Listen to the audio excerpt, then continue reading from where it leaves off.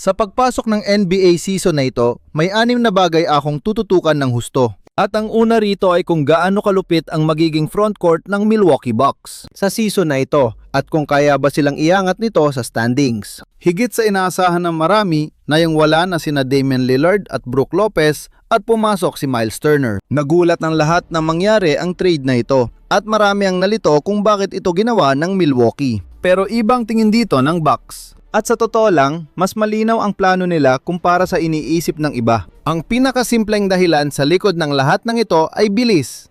Mabagal maglaro sina Lopez at Lillard at pinababagal nila ang takbo ng laro. Si Lillard ay dahil sa kanyang estilo, habang si Lopez naman ay talagang mabagal lang kumilos. Ayos lang naman yon kung doon talaga binuo ang koponan nyo. Kaso, hindi nila matulungan ang Milwaukee sa kanilang transition defense at offense. Kaya naman naging isa ang Bucks sa pinakamahihinang fast break team sa buong NBA kahit na nasa kanila ang pinakamalupit na transition scorer sa liga na si Giannis. At aminin natin, kapag tumatakbo na si Giannis, siya pa rin ang pinaka-nakakatakot harapin ng kahit sinong depensa. Wala ka talagang magagawa para pigilan ang trend na yon kapag rumaragasa na pababa. Kaya nagdesisyon ang Milwaukee na bilisan ang laro nila at dyan papasok ang pagkuha kay Turner. Mas mabilis at mas maliksi siya kumpara kay Lopez, kaya niyang sumabay sa takbuhan at maging option kapag umatake si Giannis imbes na maghintay lang palagi. Noong nakaraang taon, hindi nila mapabilis ang laro dahil kailangan pa ni Lopez ng oras para makahabol.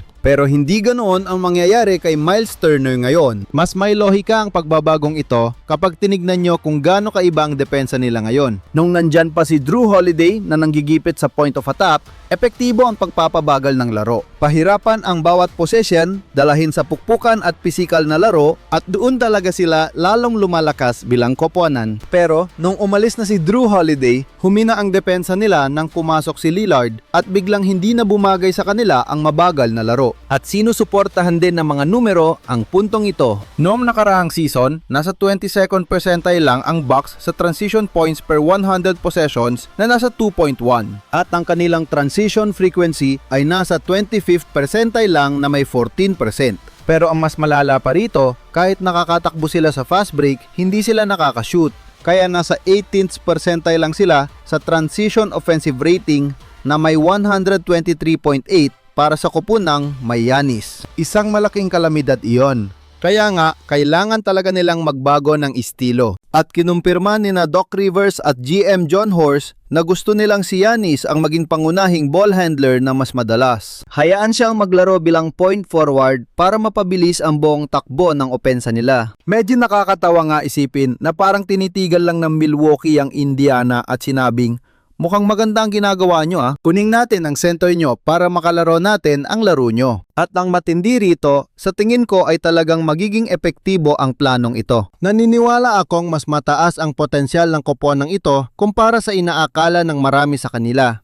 Ang Giannis at Turner frontcourt ay pwedeng-pwede maging pinakamalupit na tambalan sa buong liga. Kapag nag-click ang lahat, kaya kong makitang umabot ang Milwaukee hanggang sa pangatlong seed sa standings para maging matinding banta ulit pagdating ng postseason playoffs. Pero sa totoo lang, baka dyan lang sila sa pang-4 o pang-5 seed. Pero ang pinakamahalaga, sa unang pagkakataon matapos ang ilang taon, may sistema na silang hindi palpak simula pa lang sa unang araw. Magkakaroon na sila ng laro na may tsansang manalo at talagang magiging mahirap tapatan para sa kahit sinong kalaban. Isang katangian na matagal na nilang wala. Ngayon, ang ikalawang bagay na babantayan ko ng husto ngayong season ay kung mananatiling malusog si Zion para madala ang Pelicans sa postseason. Nitong nardaang summer, nakita natin ang tatlong malalaking kwento tungkol sa tatlong manlalaro na nagpasiklab sa kanilang off-season training. Si Luka Doncic, Joel Embiid, at ang pinakakapanapanabik sa lahat, si Zion Williamson. 4 na off-season lang ang nakalipas, umabot siya sa mahigit 300 libra na talagang hindi katanggap-tanggap. Pero ngayon, mukhang nakatutok na siya sa kanyang kalusugan. At talagang nagsisikap siya para maibalik ang kanyang pangangatawan noong nasa kolehiyo pa siya. Ang mga larawan mula sa Pelicans Media Day ay nagpaingay sa lahat, kasama na ako. At pati nga si Zion ay umamin sa sarili niyang kailangan niyang mapahinto sandali at sabihing,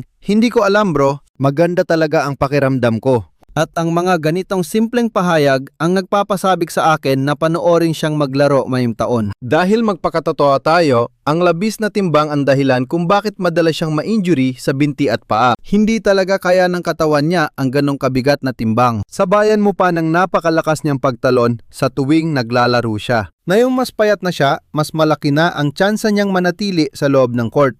Mahirap ang nagdaang season. 30 laro lang ang nasalihan niya dahil sa matinding hamstring injury. Pero sa halip na magmukmok, ibinuhos niya ang lahat na yung off-season. Kasama sa training niya ang boxing hanggang sa mga football drill na layong ayusin ang kanyang kondisyon at tibay sa laro. Iyan ang uri ng pagsisikap na nagpapakitang seryoso talaga siya sa kanyang ginagawa. Ngayon, natural lang na mag-alala na baka kapag ang mga power player ay biglang pumayat, ay mawala rin ang kanilang lakas kasabay ng pagbaba ng timbang. Pero kapag pinanood mo ang mga clip mula sa kanyang press conference, makikita mong marami pa rin siyang muscle. Mukha lang siyang mas magaan, mas payat at mas mabilis gumalaw. Para sa akin, nangangahulugan itong makukuha niya ang pinakamagandang laro ngayong season, eksplosibo pa rin at malakas, pero mas malayo sa peligro ng pinsala. At makikita agad natin ang kaibahan sa mismong court.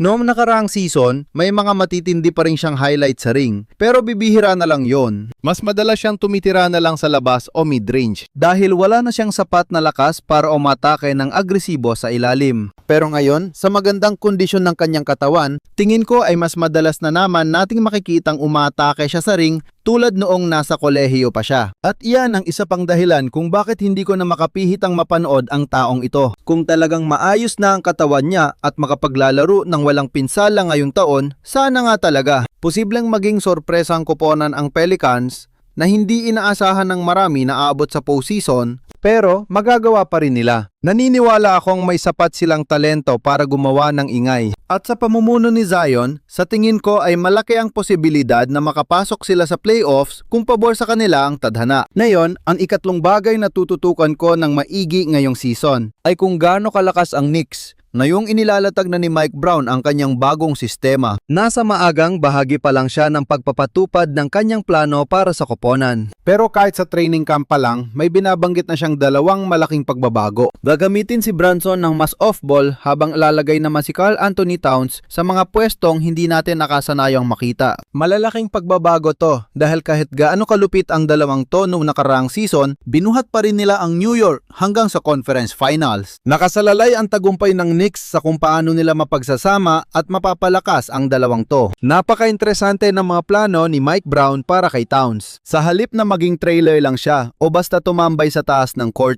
gusto ni Brown na galawin siya kahit saan sa weak corner, sa strong corner, o sa wings, at kung minsan ay hahayaang magdala ng bola. At dahil lalaro si Towns bilang 4 kasama si Mitchell Robinson, talagang may saysay na bigyan siya ng mga magagandang tira sa mga sulok, lalo na't halos wala siyang ganong tira nung nakaraang season. Sa katunayan, 6.7% lang ng tira niya ang galing sa corner, pinakamababa sa kanyang karir. Tingin ko, ito ang parte ng laro niya na hindi pa talaga nasusubukan. Pero hindi lang doon nagtatapos yan. Tingin din ni Brown kay Towns ay isang offensive hub tulad ng ginawa niya kay Domantas Sabonis sa Sacramento. Ngayon, baka hindi kasing galing pumasa si Towns kay Sabonis, pero matindi pa rin siya. At ang kanyang shooting at scoring gravity ang nagpapahirap sa depensa sa mga ganitong sitwasyon. Kung sa kanya iikot ang bola na mas madalas, natural na magbabago ang estilo ng laro ni Bronson. At iyan ang isa pang nakakabilib na bahagi ng lahat ng ito. Si Jalen Brunson ang literal na pinaka-ball dominant na player sa buong NBA dahil nasa kamay niya ang bola sa halos 49%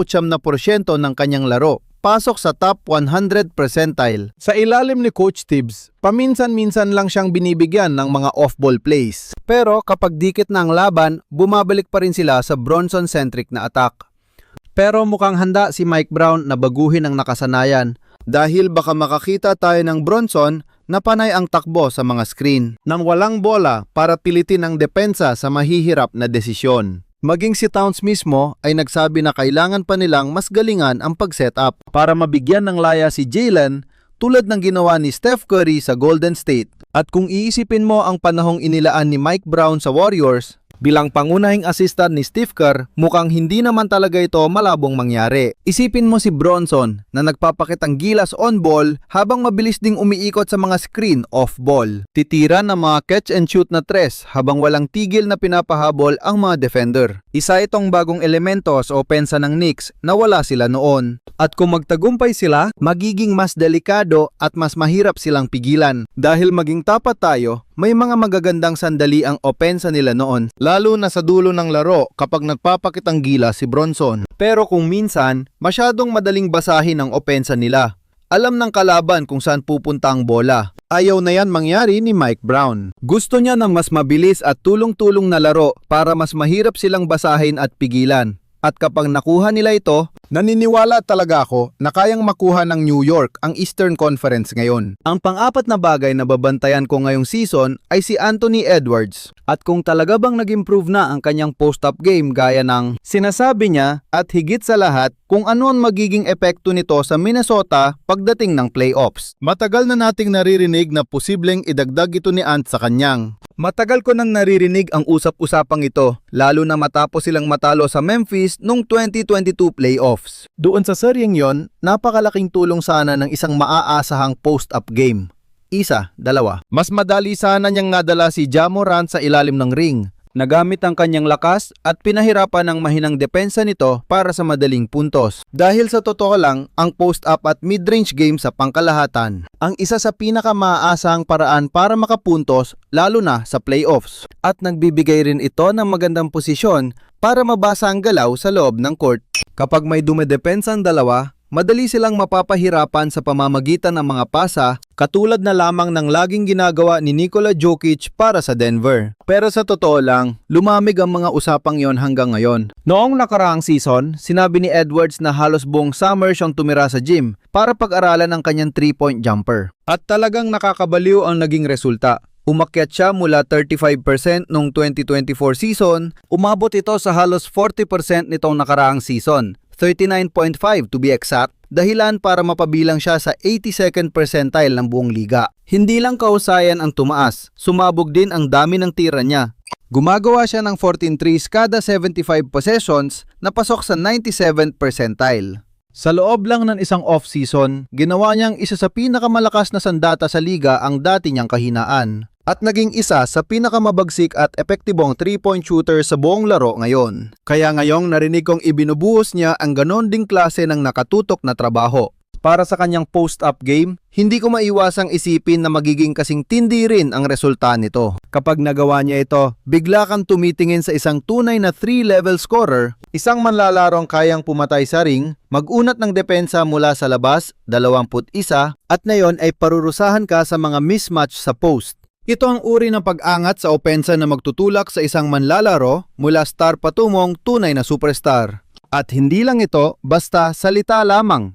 Pinag-aralan niya ang mga tamang tao. Ang mga bidyong pinapanood niya raw ay kina Michael Jordan at Kobe Bryant, ang dalawang manlalaro na may pinakamalalim na diskarte sa post-up sa kasaysayan ng liga. Ngunit ang susi rito ay pagiging epektibo. Noong nakaraang season, madalas tumira si Anthony Edwards ng mga maikling mid-range jumper, mga 3.5 kada 75 possessions na maituturing na medyo mataas sa 76th percentile. Ngunit ang naging problema ay 42% lamang ang naipasok niya sa mga tirang iyon. Kaya napunta siya sa 47th percentile sa buong liga. Sa madaling salita, may tiwala siyang itira ang mga ito.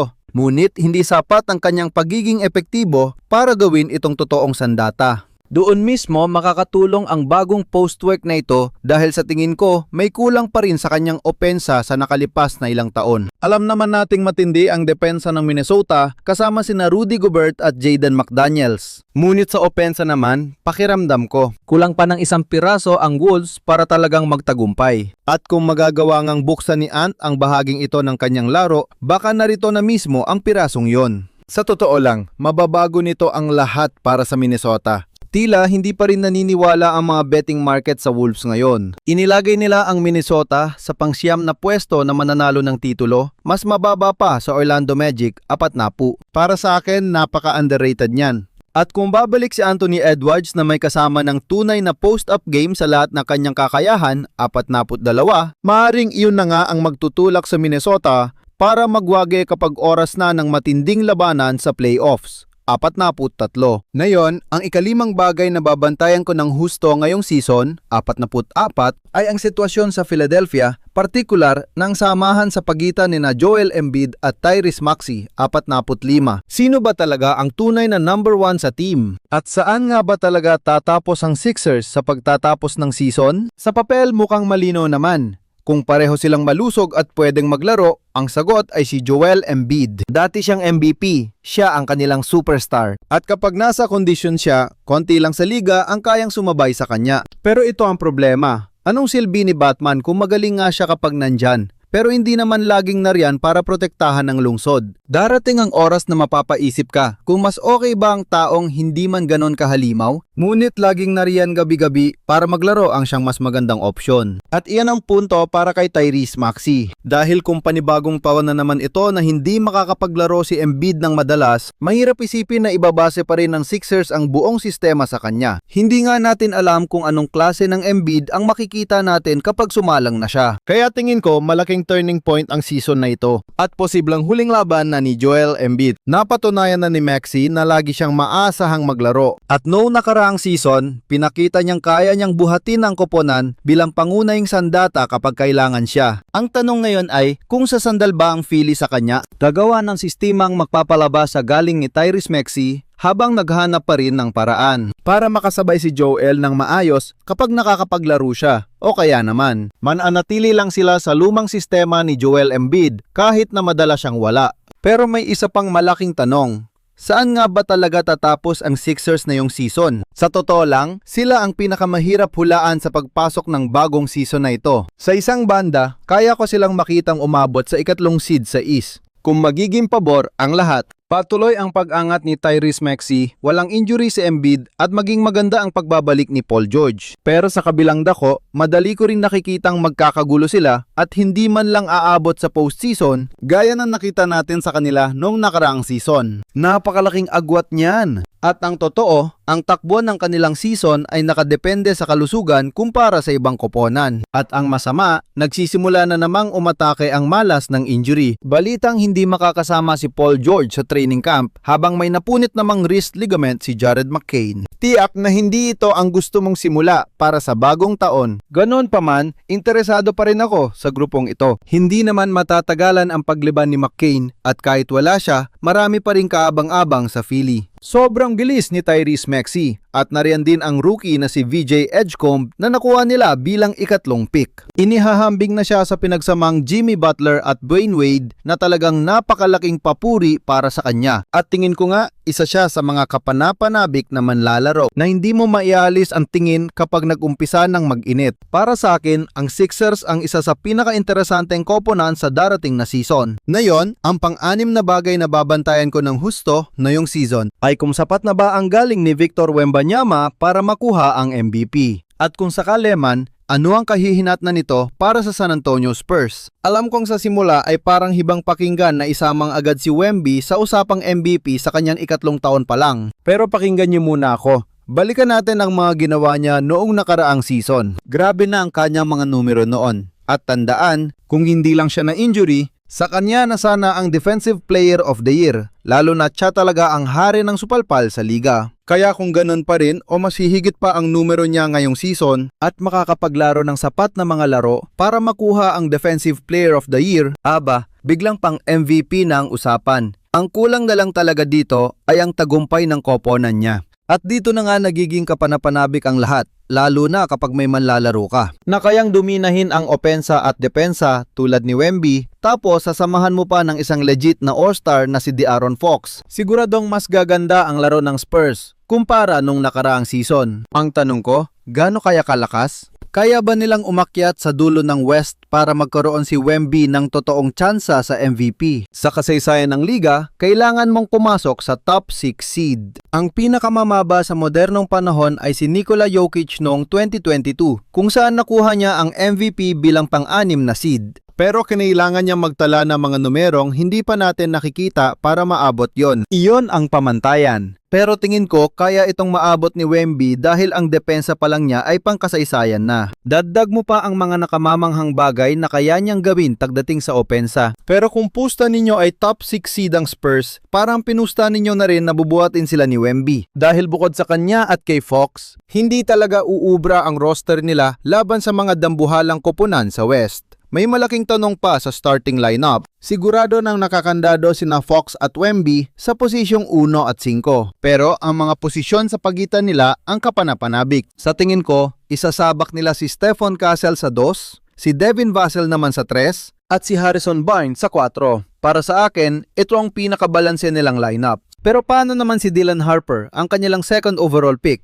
Makakasingit kaya siya sa starting 5? At kung mangyayari yon, malamang na mausog si Stephon Castle papunta sa posisyong 3. Mapupunta sa bench si Vassell at si Harper naman ang sasalang sa posisyong 2. Pero dyan ko nasisimulang questionin kung sapat ba ang laki o lakas nila sa depensa para tapatan ang mas lalaking, mas pisikal na koponan sa West tulad na lang marahil ng Mavericks at ng Rockets. Diyan na talaga papasok ang aking mga pangamba. Kaya para sa akin, kung si Wemby nga ang mananalo ng MVP ngayong taon, ito na siguro ang isa sa pinakakarapat-dapat na MVP na masasaksiyan natin. Dahil ibig sabihin nito ay binuhat niya ang koponang dapat ay nag-aagawan lang sa play-in papunta sa siguradong upuan sa playoffs, na talagang napakatinding tagumpay. At hindi ko alam kung bakit, pero malakas talaga ang kutob ko na kaya niya itong maisa katuparan. Ngayon, ang totoong alas dito ay ang pagsasamahan sa court ni na Wemby at Fox. Kapag nag-click ang dalawang ito, asahan nating gayanigin nila ang buong liga. Ngunit kailangan pa rin nating mag-ingat dahil hindi lahat ng superstar na maganda tingnan sa papel ay nagiging mahiwaga kapag nasa loob na ng court. Ang pinakamagandang halimbawa niyan ay ang pagsasama ni Giannis at Dame sa Milwaukee. Lahat ay nanabik sa pick and roll nila na baka ito na ang pinakamalupit na makikita natin pero hindi talaga nagtugma ang laro nila. Ngayon, mas malaki ang tiwala ko sa bersyong ito ng Spurs. Ngunit ang susi talaga ay si Fox. Kayang-kaya naman ni Victor Wembanyama na umiskor kahit saan. Kaya hindi ako nag-aalala pagdating sa kanya. Ang tanong ko ay kung makikibagay ba si Fox sa kalakasan ni Wemby o sadyang hindi niya ito magagawa. Gusto ko sanang inaatake ni Fox ang rim sa bawat pagkakataon sa mga play na ito. Mapipilitan ang depensang gumuho at may iwang libre si Victor. O kaya naman, tututok sila kay Wemby kaya madaling makaka-layup si Fox. Pero kung mapapadalas ang pagtira ni De'Aaron Fox ng mga short mid-range jumper na mas madalas na niyang ginagawa habang nagkakaedad, baka malimitahan nito ang bagsik ng kanilang duo. At ganyan-ganyan mismo ang nakita nating sumira sa naging tambalan ni Giannis at Dame. Sa kabuuan naman, kung maayos nila ang mga problemang ito at gagawin ng role players ang trabaho nila gabi-gabi, sigurado akong mas magiging magaling ang Spurs kaysa sa inaasahan ng marami. Sa ngayon, hindi ko pa alam kung sapat na ba talaga yan para magkaroon si Wemby ng totoong tsansang maiuwi ang MVP. Pero naniniwala akong mapapasama talaga siya sa usapan. At yan ang isang bagay na personal kong tututukan ng husto sa buong darating na season. Pero may isa pa akong bagay na babantayan ng maigi sa darating na season at syempre, yun ay ang labanan para sa kampyonato. At kung gusto ninyong malaman kung sino-sino sa tingin ko ang 10 koponang may pinakamalaking tsansang magkampiyon na yon, pwede ninyong panuorin ang buong breakdown na yon sa video na yon.